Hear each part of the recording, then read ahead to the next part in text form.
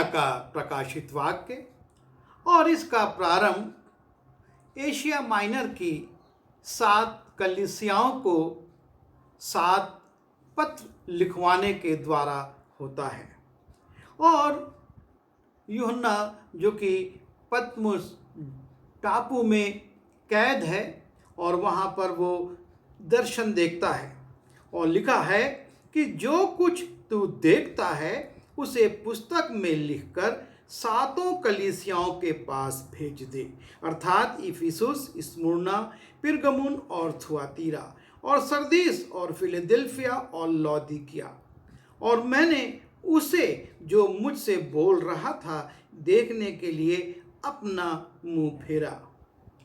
और यूहन्ना यहाँ पर जो पत्र लिखवा रहा है उसको देखने के लिए अपना मुंह पीछे की ओर फेरता है, और तब वो उसको देखकर 7 कलीसियाओं को बारी बारी से पत्र लिखता है। और इन पत्रों की एक खूबसूरती है, ये 7 पत्र जो लिखवा रहा है उसका प्रारंभ में परिचय दिया गया है, और 7 पत्रों में उसका परिचय अलग अलग तरीके से, अलग अलग रूप में उसका जो स्वभाव है उसको प्रकट करते हुए दिया जाता है। सीधा सीधा नाम नहीं लिखा जाता कि ये पत्र इसके द्वारा तुझे लिखवाया जा रहा है, लेकिन उसकी कुछ खासियतों को, उसकी कुछ विशेषताओं को इंगित करते हुए ये पत्र प्रारंभ होते हैं। और आज हम इन्हीं परिचयों को, जो कि पत्र के लेखक अर्थात यीशु मसीह के विषय में दिए गए हैं, उन पर कुछ देर विचार करेंगे।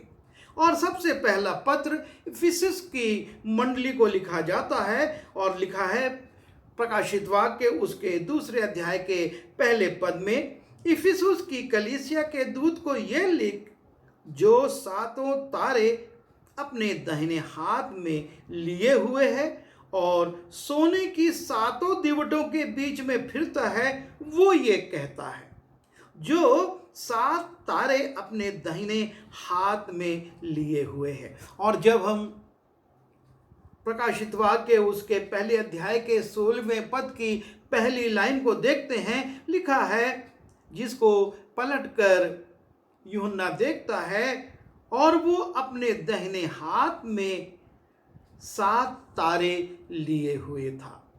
वो अपने दाहिने हाथ में 7 तारे लिए हुए था।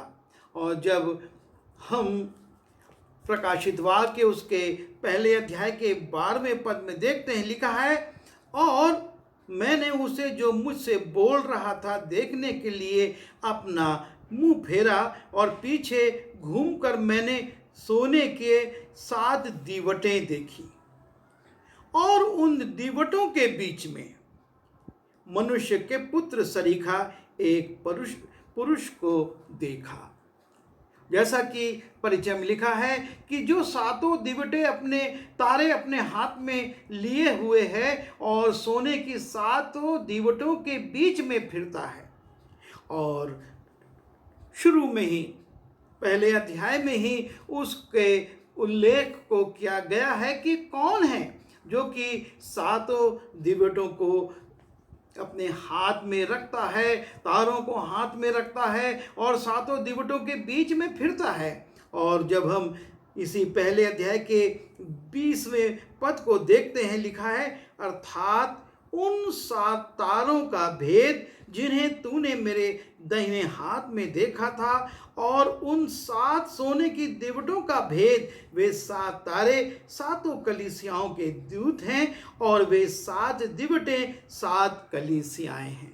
और इस प्रकार से प्रभु यीशु मसीह के विषय में लिखा हुआ है कि वो कलीसियाओं के बीच में घूमता है, उनके बीच में फिर रहा है, और इसलिए घूम रहा है कि उनके खासियतों को भी देखे और उनकी निर्बलताओं को भी देखे, और उन निर्बलताओं को देखकर उनको प्रेरित करे कि वो उससे अलग हों, ताकि उस इनाम को, उस मुकुट को जो कि परमेश्वर देगा, उसको प्राप्त करने के वो योग्य हो सके। और तब हम देखते हैं दूसरा पत्र पिरगमुन स्मुर्ना की कलीसिया के दूत को लिखा जाता है, और लिखा है दूसरे अध्याय के 8वें पद में, स्मुर्ना की कलीसिया के दूत को यह लिख कि जो प्रथम और अंतिम है, जो मर गया था और अब जीवित हो गया है, वो ये कहता है। यहाँ पर भी सीधा सीधा नाम नहीं लिखा गया है, लेकिन बड़े काव्यात्मक ढंग से लिखा गया है। जब हम पहले अध्याय उसके 16 पद की दूसरी लाइन को देखते हैं, उसके मुख से चोखी और दोधारी तलवार निकलती है और उसका मुंह ऐसा प्रज्वलित है जैसे कड़ी धूप के समय चमकता है। और यहाँ पर उसके खासियत को लिखते हुए 17वें पद में लिखा गया है, जब मैंने उसे देखा तो उसके पैरों पर मुर्दा सा गिर पड़ा और उसने मुझ पर अपना दाहिना हाथ रखकर कहा, मत डर, मैं प्रथम और अंतिम और जीवता हूं। जैसा कि उसके परिचय में लिखा गया है कि जो प्रथम और अंतिम, जो मर गया था और अब जीवता है, और वो यूहन्ना के ऊपर हाथ रखकर कहता है, मत डर, मैं प्रथम और अंतिम और जीवता हूं। इस प्रकार से स्मुर्ना की कलीसिया को भी जो पत्र लिखा जाता है, उसमें उसका नाम ना देकर उसकी खासियत की वो प्रथम, इस पृथ्वी का प्रारंभ उससे है, वही इस पृथ्वी का अंत भी है, और वही हमेशा जीवित रहता है। पिरगमुन की कलीसिया को उसका परिचय इस प्रकार से दिया जाता है, और पिरगमुन की कलीसिया के दूत को ये लिख। प्रकाशित वाक्य उसके दूसरे अध्याय के 12वें पद में लिखा है, जिसके पास दोधारी और चोखी तलवार है, वो ये कहता है। जिसके पास दोधारी और चोखी तलवार है। और अभी हमने इसको पढ़ा था 16वें पद में कि उसके मुख से चोखी दोधारी तलवार निकलती थी। और ये भी वही व्यक्ति है जो कि यूहन्ना से बातचीत कर रहा है, और उसके परिचय में यूहन्ना लिखता है कि जिसके पास दोधारी और चोखी तलवार है।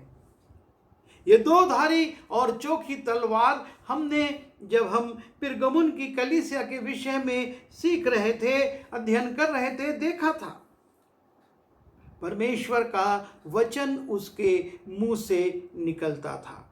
जब उसने शैतान का सामना किया था पृथ्वी पर, तब भी उसने सिर्फ परमेश्वर के वचन को कहा था कि परमेश्वर के वचन में ये लिखा है, परमेश्वर के वचन में ऐसा लिखा है, और वो उस तलवार के द्वारा, उस दोधारी तलवार अर्थात परमेश्वर के वचन के द्वारा उस दुष्ट को पराजित करता है, उसको अपने पास से भगा देता है। और यहाँ पर भी पिरगमुन की कलीसिया से परिचय देते हुए लिखा जा रहा है, जिसके पास दोधारी और चोखी तलवार है। और तब हम थुआतीरा की कलीसिया के विषय में देखते हैं, और 18वें पद में, दूसरे अध्याय के 18वें पद में लिखा है, थुआतीरा की कलीसिया के दूत को ये लिख, परमेश्वर का पुत्र, जिसकी आंखें आग की ज्वाला की नाई और जिसके पांव उत्तम पीतल के समान हैं। परमेश्वर का पुत्र, सीधा सीधा उसका नाम नहीं दिया जा रहा है, उसका नाम नहीं लिखा जा रहा है, पर थुआतीरा की कलीसिया के पत्र को उसका परिचय देते हुए इस प्रकार से उल्लेख किया जा रहा है कि परमेश्वर का पुत्र, जिसकी आंखें आग की ज्वाला की नाई और जिसके पांव उत्तम पीतल के समान हैं। और जब हम प्रकाशित वाक्य के पहले अध्याय के 14वें पद के दूसरी लाइन को देखते हैं, लिखा है, उसकी आंखें आग की ज्वाला की नाई थी। जो पत्र लिखवा रहा था, जो यूहन्ना से बात कर रहा था, उसके विषय में लिखा है कि उसकी आंखें आग की ज्वाला की नाई थी और उसके पांव उत्तम पीतल के समान थे, जो मानो भट्टी में तपाए गए हों। और इस प्रकार से जिस व्यक्ति को यूहन्ना देख रहा है, उसका परिचय अलग अलग पत्रों में वो अलग अलग तरीके से दे रहा है कि ये परमेश्वर का पुत्र, जिसकी आंखें आग की ज्वाला की नाई और जिसके पांव झलकाए हुए पीतल के समान, जो भट्टी में तपाए गए हों। और उसके बाद हम 5वीं कलीसिया को देखते हैं, और वो है सरदीस की कलीसिया। प्रकाशित वाक्य उसके 3 अध्याय के पहले पद में लिखा है, और सरदीस की कलीसिया के दूत को ये लिख, जिसके पास परमेश्वर की 7 आत्माएं और 7 तारे हैं, ये कहता है। जिसके पास परमेश्वर की 7 आत्माएं और 7 तारे हैं। लेखक, बोलने वाला, उसका परिचय इस प्रकार से दिया जा रहा है। जब हम प्रकाशित वाक्य उसके पहले अध्याय के 4 पद को देखते हैं, वहां पर लिखा हुआ है, यूहन्ना की ओर से आसिया की 7 कलीसियाओं के नाम, उसकी ओर से जो था, जो आने वाला है, और उन 7 आत्माओं की ओर से जो उसके सिंहासन के सामने हैं। उन 7 आत्माओं की ओर से जो परमेश्वर के सिंहासन के सामने हैं। और जब हम पहले अध्याय के 16वें पद की दूसरी लाइन को देखते हैं, और उसमें लिखा हुआ है, वो अपने हाथ में 7 तारे लिए हुआ था। जो 7 आत्माओं और 7 तारों को रखे हुए है, और वो इस पत्र को लिखवा रहा है। और 20वें पद को भी हमने पढ़ा था, जिसमें लिखा है, उन 7 तारों का भेद जिन्हें तूने मेरे दाहिने हाथ में देख। जो 7 तारों को अपने पास रखता, उनका भेद यह है कि वो 7 कलीसियाएं के दीवट हैं। वो दीपक हैं जो उसके हाथ में है, जिसके बीच में वो घूम रहा है। और वो 7 तारे 7 कलीसियाओं के दूत हैं। और इस प्रकार से जो पत्र लिखवा रहा है, उसका नाम ना देकर उसका परिचय दिया जा रहा है। और इस रीति से कि बड़े अच्छे ढंग से उसके बारे में, उसकी खासियतों के बारे में, वो कितना महान है, वो कितना अधिकार रखता है। जब हम फिलाडेल्फिया की कलीसिया के विषय में देखते हैं, और वहाँ पर 3 अध्याय के 7वें पद में लिखा हुआ है, फिलाडेल्फिया की कलीसिया के दूत को ये लिख, जो पवित्र और सत्य है, जो दाऊद की कुंजी रखता है, जिसके खोले हुए को कोई बंद नहीं कर सकता और बंद किए हुए को कोई खोल नहीं सकता है। लिखा है कि जो पवित्र और सत्य है और जो दाऊद की कुंजी रखता है। और हमने देखा था, जब यशाया की पुस्तक उसके 22वें अध्याय के 22वें पद को, और वहाँ पर ये दाऊद की कुंजी रखने वाले के विषय में बड़ी स्पष्टता के साथ उल्लेख किया गया था, और कहा गया था कि वो जो कि दाऊद की कुंजी को अपने हाथ में रखता है। और मैं दाऊद के घराने की कुंजी उसके कांधे पर रखूंगा और वो खोलेगा और कोई बंद ना कर सकेगा। वो बंद करेगा और कोई खोल ना सकेगा। परमेश्वर ने पहले से बता दिया था और लिखवा दिया था इसके विषय में कि दाऊद की कुंजी इसके कंधे पर रखूंगा और इसके खोले हुए को कोई बंद नहीं कर सकता और इसके बंद किए हुए को कोई खोल नहीं सकता। और जब हम प्रकाशित वाक्य उसके पहले अध्याय के 18वें पद में जाते हैं, लिखा है, मृत्यु और अधोलोक की कुंजियां मेरे ही पास हैं। मृत्यु और अधोलोक की कुंजियां मेरे ही पास हैं। ये पत्र लिखवाने वाला सारे अधिकारों को रखता है और कहता है कि मृत्यु और अधोलोक की कुंजियां मेरे पास है। दाऊद की कुंजी मैं अपने पास रखता हूं, उसका वंशज हूं और उसको दाऊद का पुत्र भी, दाऊद की संतान भी कहा जाता था। और तब हम 7वीं कलीसिया को देखते हैं जो कि लौदीकिया की कलीसिया है।